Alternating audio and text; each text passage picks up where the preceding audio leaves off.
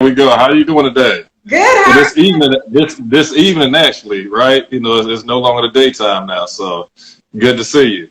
Yeah, it's good seeing you as well. How's everything going? How's your day been? It's a typical day, in mental health, and so you have some highs and some lows, but we made it through another day. Now tomorrow is Friday, so so we made it through the week, we made it to the weekend. So grateful to be here, grateful to have this be a part of this conversation. Awesome. Thank you so much for joining us. And so I'm going to be honorable with your time because you're right. It is the evening. Um, but can No you let worries, no worries. the people know who you are and more about Holistic Atlanta? Yeah, no, absolutely. So my name is Dr. Vaughn Gay. I am a doctor of social work, licensed professional counselor, social innovator, medical entrepreneur. I really love medicine and the business of medicine and how that has a positive impact on our community. Worked at Moore School of Medicine for 7 years, and also I started my private practice with this called Holistic Atlanta. Maybe about 3 or 4 years ago, and now that private practice has now morphed and evolved into a healthcare entity. So we'll be adding some additional medical modalities to the healthcare brand and really kind of taking this thing next level and reestablishing the trust in medicine for our community, and really kind of bringing these resources that, we've have in place this next generation of doctors that we've been able to educate and produce and being able to connect them with those in the community is the purpose of our practice. So that's holistic Atlanta in a sense. We want to be able to treat the person holistically. Awesome, awesome. And so thank you so much for the introduction and for all of you guys who are looking to connect with him. As always, I tag all of my guests, so be sure to collab and connect with him later on. And so we're just going to jump right into the conversation. As you know, this month is domestic awareness or domestic violence awareness month. And oftentimes we get super confused about just the term domestic violence. And we forget that there is another aspect to that, which is also intimate partner violence. And so for individuals who are looking to figure out the differentiation between the two, domestic violence is not just between the spouses, but it can also take place between the kids and the parent, between siblings, any type of danger within the home or like harm or stalking or anything like that, particularly within the home. Then on the flip side with intimate partner violence, it doesn't also have to take place in the home, but between individuals who live separately and so on and so forth. And so, Dr. Vaughn, can you speak to how you help clients who are survivors, not just women, but also men who are survivors of either intimate partner violence or domestic violence as well? So I think the one thing when it comes to domestic violence, intimate partner violence, most of those situations occur, of course, between people that are well acquainted with one another. And so when it comes to them actually addressing it, even just from a legal standpoint, when police are involved, typically they may want to protect the other person. We know we've had several instances where people have tried to step in and break up fights and things like that, and the two people that are fighting kind of turn on the person that's trying to interject and bring some peace to the situation. So I think the first thing is being able to separate from that environment. It's the one thing that I talk to my clients about. Unfortunately, we typically have young women, that are typically clients that, experience intimate partner violence, domestic violence. And so the one thing about being able to establish a sense of security for themselves, economically, physically, and also kind of spiritually and mentally as well, just so that they can start to take the appropriate steps to be able to take care of themselves, any children that they have involved in the situation. And so I think the first thing is just dealing with any anxiety or depression that's associated with that, and also bringing in a lot of resources. So connecting them with social workers, connecting them with organizations. Social media has been a godsend when it comes to that because we can instantaneously find resources and connect them. And just having a true treatment plan for them and making sure that we're staying connected and being a resource to them and letting them know that a safety net is possible if they are choosing to at least be able to elicit some help themselves. Dr. Vaughn, one thing that I really appreciate about you is the fact that you're honing in on holistic wellness. And even then, you were talking about physical, even the spiritual aspects and just personal safety. Right. And oftentimes when we think about domestic violence or even like abuse in general, we only focus on like the physical and the emotional, but abuse can also manifest like with sexual abuse or even financial abuse or even like elderly abuse. And so something that I typically do with clients is like I give them a sheet with all the different forms of abuse and different examples, and then I have them check off what has happened to them, and I have them X off what they've done to other people, because sometimes they are like they're not super aware of what actions fall under abuse, and they're like, wow, that's very insightful, that's crazy. Yeah. I want to add something to that. So, violence, and when we're talking about this specific type of violence, it happens in so many different forms depending on the life stage that the person is in, the victim is in. So, Yeah. children can experience sexual abuse, mental abuse, physical abuse, and it look a certain type of way. Teenagers can. Oftentimes, with teenagers, it may not necessarily be a family member. It may be a close, like a family friend or someone that's very closely connected with them. Unfortunately, you've heard issues with coaches and maybe youth leaders at church. All just people that can develop close, intimate relationships with them. And then even as adults, as we start getting into some of the more intimate partner violence, with adult relationships, etc. And then one thing we have not mentioned is elder abuse. Yeah. Right. We have individuals, not only just in nursing homes, but those that are staying at home who have family members that are supposed to be caregivers for them. And abuse can look in the form of neglect.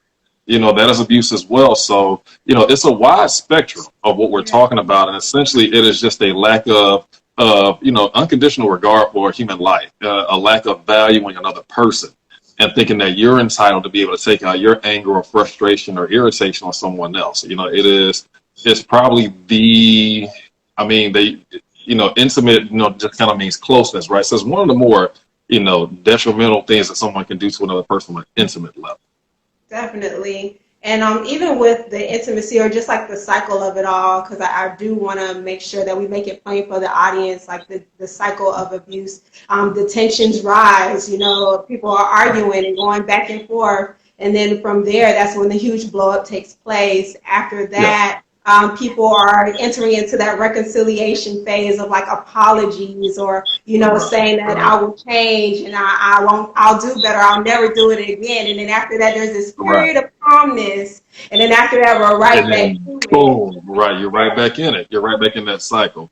A lot of that is learned behavior, so a lot of us, unfortunately, may have come up in homes where you may have experienced domestic violence a lot, or you may have seen, some verbal abuse, arguments, some tense situations. And so if you never see that after process of your parents maybe talking things out, explaining some things, really putting in the work, then you may not understand, that part is possible. And you may just think that that's just the way things are supposed to go. Yelling, cursing, that's what love is. Love is hard. Marriage is hard is what we always hear. But, love and marriage is also supposed to be fun. It's supposed to be fulfilling.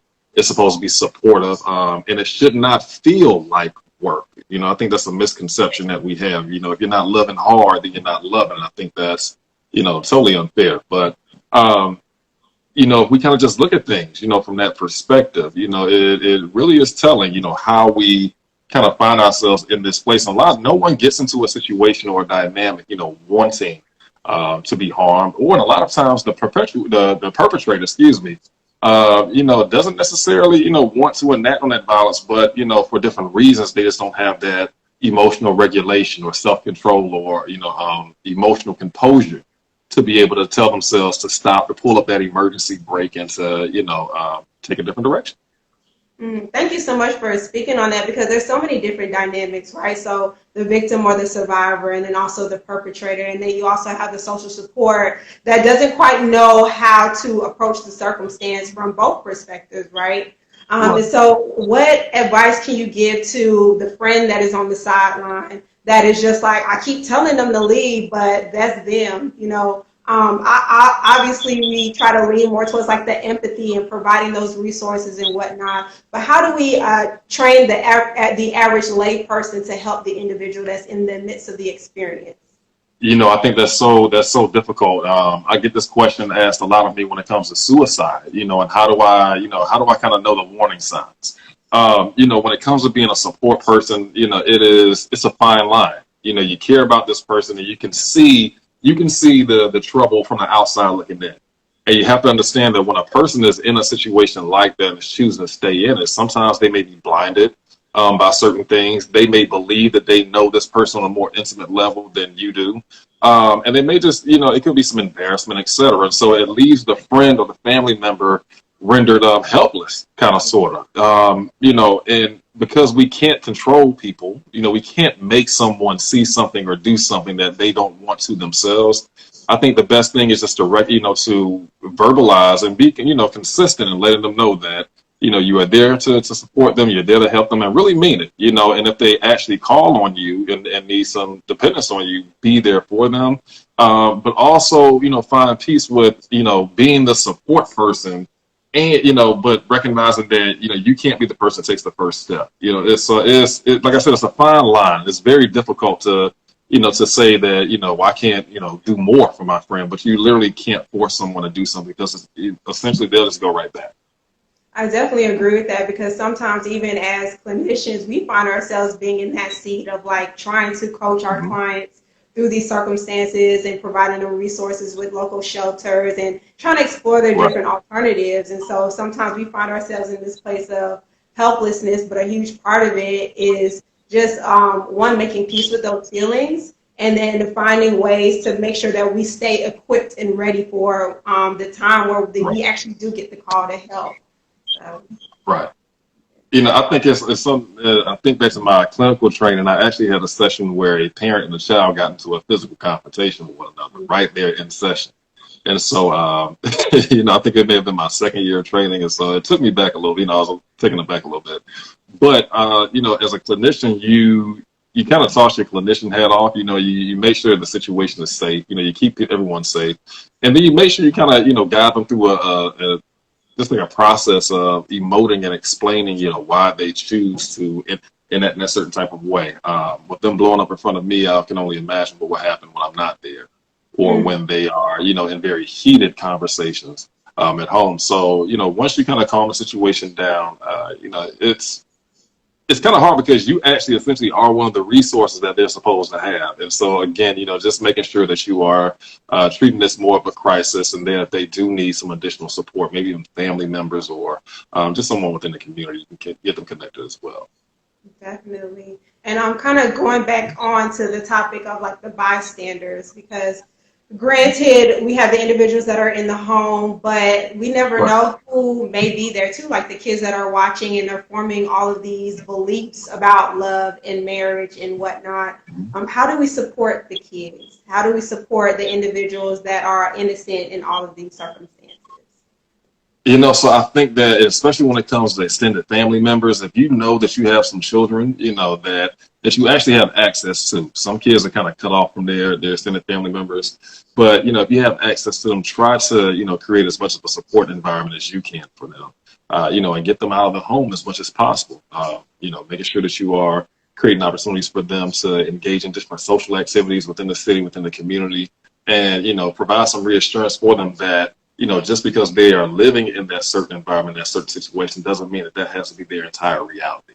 I'm blessed to be able to have a really, really great support system and support network. So my son just has, his grandmother and his aunts, and, he just is able to spend so much different time with different people that show him support and embrace him and give him that love. And so as he grows to become a young man, he won't have to seek that out from the world. And he'll also know how to appropriately engage individuals with healthy relationships. He will know how to use those coping skills and that emotional intelligence when he is in a romantic relationship, so that he's not, repeating some of these cycles that we've seen within our community and our culture before. Definitely. Love it. Exposing him to different forms of love. And just exposing him to just all the different, more healthier alternatives, like boundary setting, advocacy skills, communicating where you're at and how you feel. It's all key. Right. And a big thing, something that when I was a child, I saw my father leaving situations. When things got tough, when my mother and he would get into like arguments or what have you, he would just leave the home, so that would be his solution. And so, I think it's very important for children to be able to see parents toughing things out, and kind of, leaning in and digging deep when things are tough, and using those skills, using that communication and understanding that, when things get tough, you don't bail, you stay in and you hold on, to what is true in terms of your family values. And I think that, modeling that behavior is so important. Children are watching you, whether you know it or not. They are watching you and paying attention to every single thing that you say and every single thing that you do. So it's just so important to make sure we're modeling, really good skills. Even if it means taking yourself out of an unhealthy situation, if that's what it's called for. Definitely. And there's something that I definitely want to echo that you mentioned as well. You said that exposing them to different alternatives, that way they can know that that's not their reality. And so for any adult who has witnessed domestic violence and interpartner violence growing up, just know that that doesn't have to be your reality. Make sure that you're connecting with therapists, trained therapists, to unpack your trauma and all the things that you've experienced so that you can move forward in your life. Absolutely. That's so key. Absolutely. I'm not sure about you, but I tell my clients, and they think I'm joking with them, but being a therapist, it wasn't something that I, initially set out to do, but it was probably the best thing that happened to me as a black man, because as I'm going through sessions, sometimes I'm having epiphanies. I'm like, man, so that's why I'm kind of doing this, or that's why, you're almost kind of having conversations with yourself sometimes, so you're healing someone else, and also you're learning a lot of things as well. So, man, it's been one of the best things that ever happened to me as a black man. I've been able to make some connections with my relationships and things that happened in my past, and why I have certain behavioral patterns and things that I do want to pass on and I don't want to pass on. So, I'm not sure about you, but it's been a phenomenal journey for me. And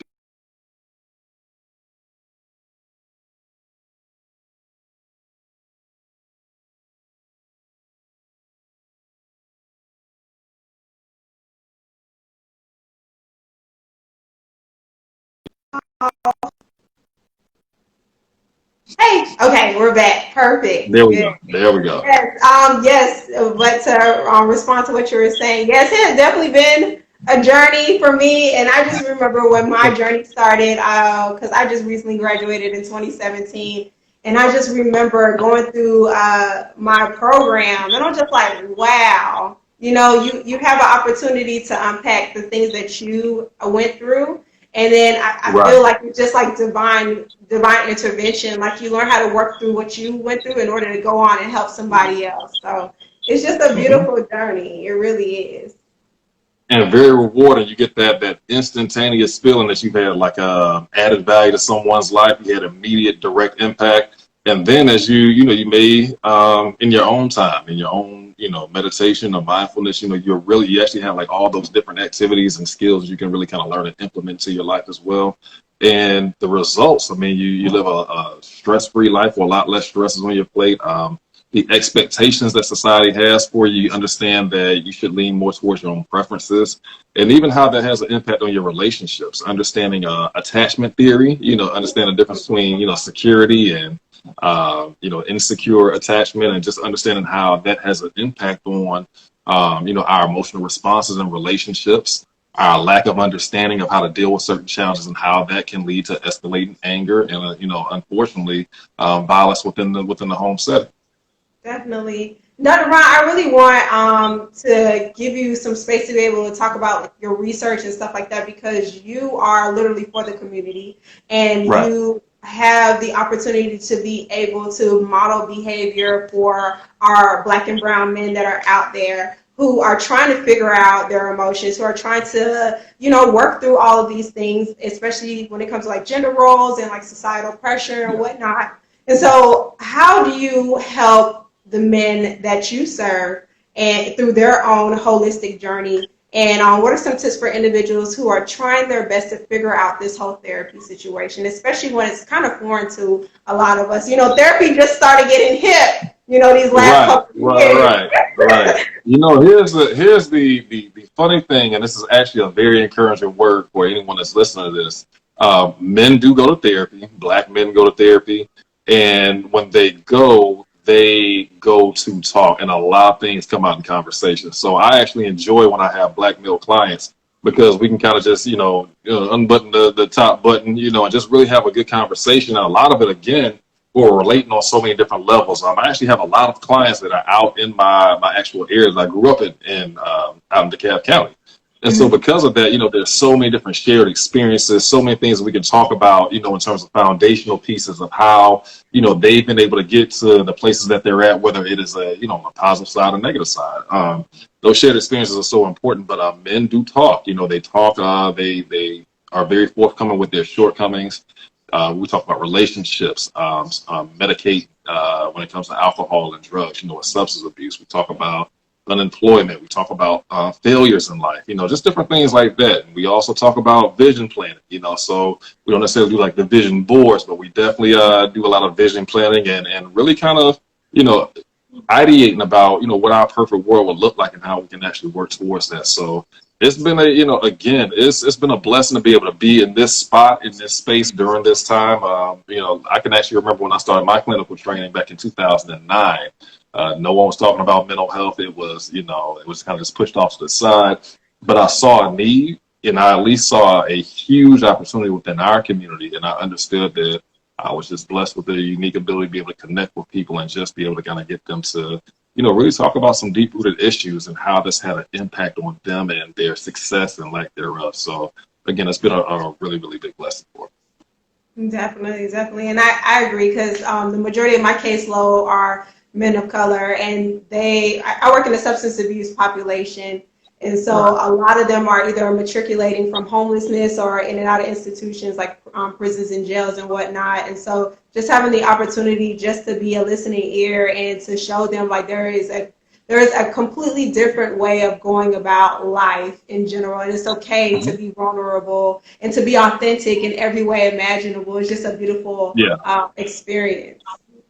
Yeah, it's and I can be honest with you, it is. Part of it is sad, because I'm 36, so when you start to get to the point of life to where people are dealing with very real life issues, children, relationships, careers, and again, we're talking about success or lack of success in some of these areas, it starts to have a very, very big impact on, the mentality, the ego, the pride of men.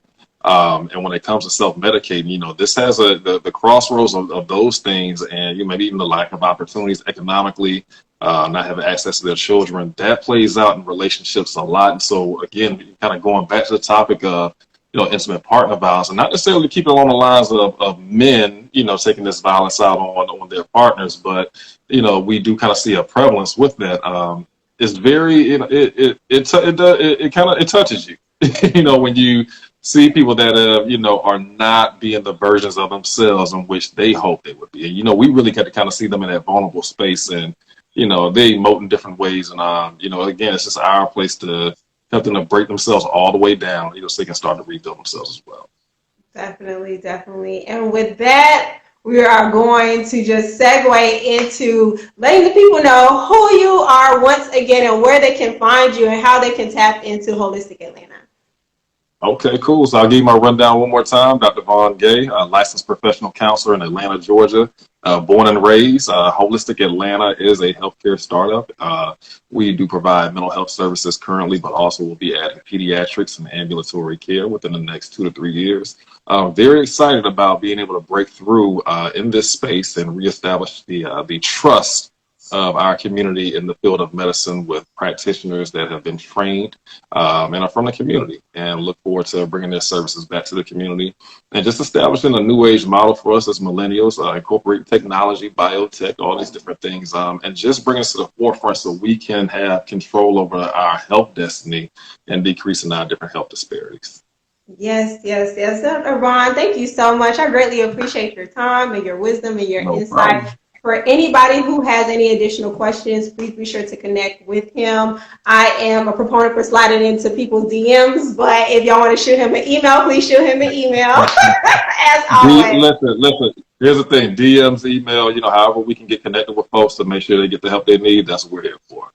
Awesome, Saz. So thank you once again, and feel free. Like I said, he's tagged in everything, every single thing. So make sure that you're staying connected with him. But Dr. Vaughn, thank you so much once again for this conversation.